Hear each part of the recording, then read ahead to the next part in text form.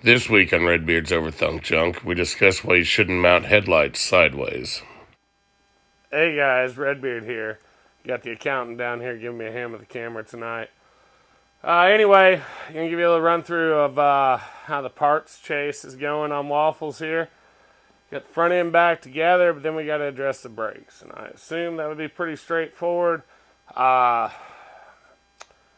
We went through quite an ordeal. The original disc were all jacked up, so I had to replace the brake disc a while back. And when I did that, I believe we ended up running a 91 IFS Toyota pickup brake rotor. So I didn't pay much attention to it, and I tracked down brake calipers to match. And they looked right, and I couldn't find any local, and so ended up ordering them off of eBay, Amazon, which means I own a set of these now. And I got these in left and right. Everything looks pretty good, except the bolt pattern. The holes are too close together. So I had to start looking some more. Those came in over the weekend. I didn't have time to deal with it. Kind of pieced all this together Sunday night, what I needed to do. And this morning I ran up to AutoZone, and I got a set of 2000 Toyota Tacoma calipers. So that's what the kit is running. 2000 Toyota Tacoma front calipers with like mini truck 91 mid-90s brake rotors. Anyway, she's quite the conglomeration of parts. So I got all that put together.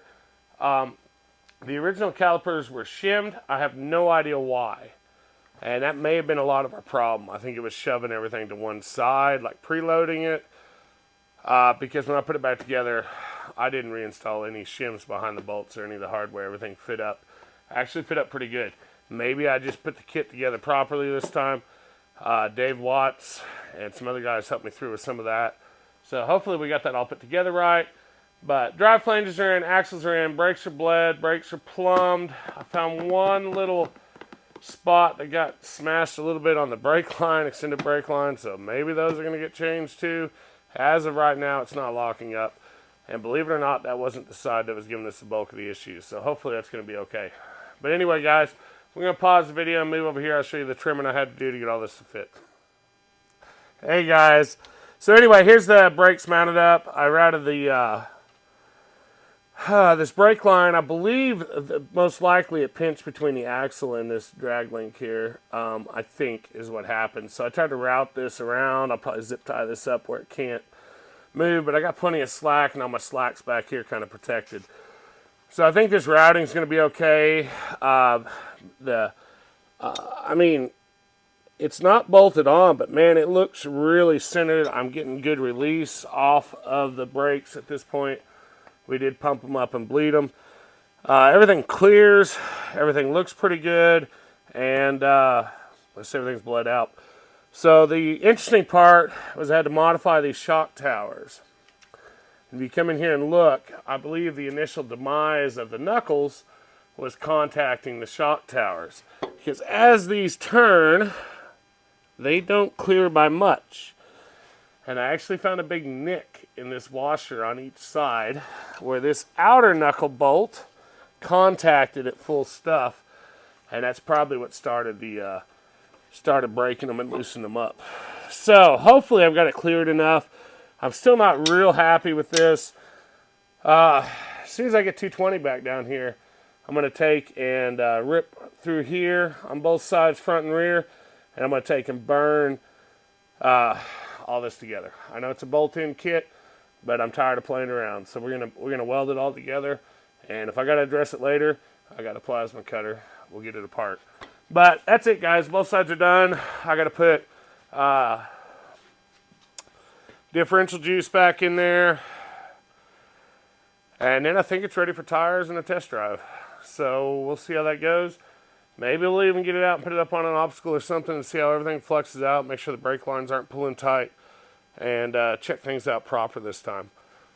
But that's where we're at. Stay tuned. Hopefully you enjoyed the video about Q's intervention, and we'll talk to you later. There we go, guys. Give it an old test run. got brakes. Yes. That's a good sign.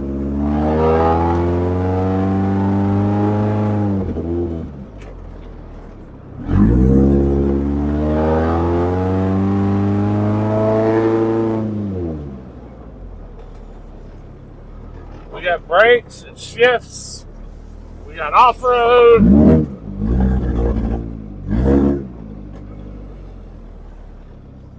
Man.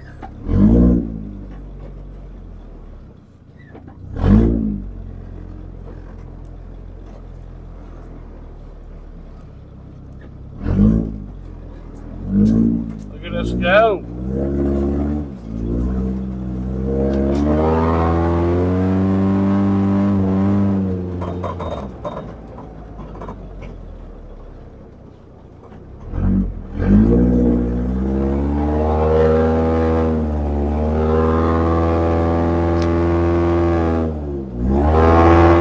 Out here test driving it.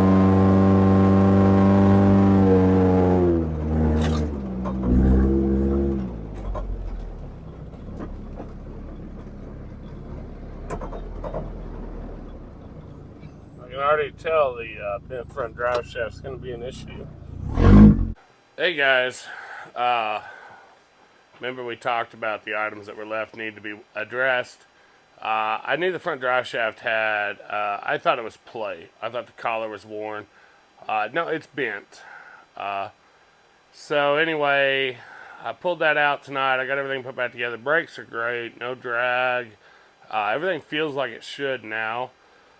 I got a lot more pickup. It runs better. Accelerates a lot better without the brakes dragging. Go figure. And so anyway, I had a rattle at about 30, and with the drive flanges, now the drive shaft spins all the time. And not only is this thing insanely heavy, I mean, it's way more drive shaft than is required behind 105 horsepower there. But anyway, you can see where it's been into the rocks and everything. I mean, this is just, it's just wrong. It's rubbing the cross members inside, and also at ride height, we're within a ½ inch of fully collapsed. So, the other thing about this drive shaft, for as big and heavy as it is, this measurement here from the yoke flange here to this beautiful weld is right at 7 inches, and that's fully collapsed. Now, fully extended, I'm going to just barely engage it, okay? And I am at 11 3/4. So I don't even have 5 inches of slip yoke on this front drive shaft. With the 3-link setup, maybe I don't need more than that. But it sure seems like I need more than that. So, in the semi-mog, I run a solid core spline setup. Anyway, it's a very, very thin diameter, like 1.25 inches. And, but it's solid, no tube, right? And I've got, I want to say, we built that thing with like 12 inches of travel. So, probably going to do something extremely similar here. I'm going to take it up to the drive shaft shop in town tomorrow and just see what they think. But like I said, I thought it was bent, or I had play in the slope and the yoke. The yoke's actually, the splines are, I mean, they're good. They're actually not wore out, right? So if there was more travel to it, that's probably fine. But the problem is I do not believe that this tube that he used here is lined up properly. It's probably pipe, probably. Looking at the pitting on it and everything, I don't believe it's tube. This is probably some kind of 3-inch pipe that's been welded in here. But anyway, that's it, guys. That's our next step. So Waffles runs better. She stops good. The brakes release. Feels pretty good. much more spry, and so that's good. It's all good. I got to take these back for a core. If you need some mid-90s Toyota calipers, hit me up.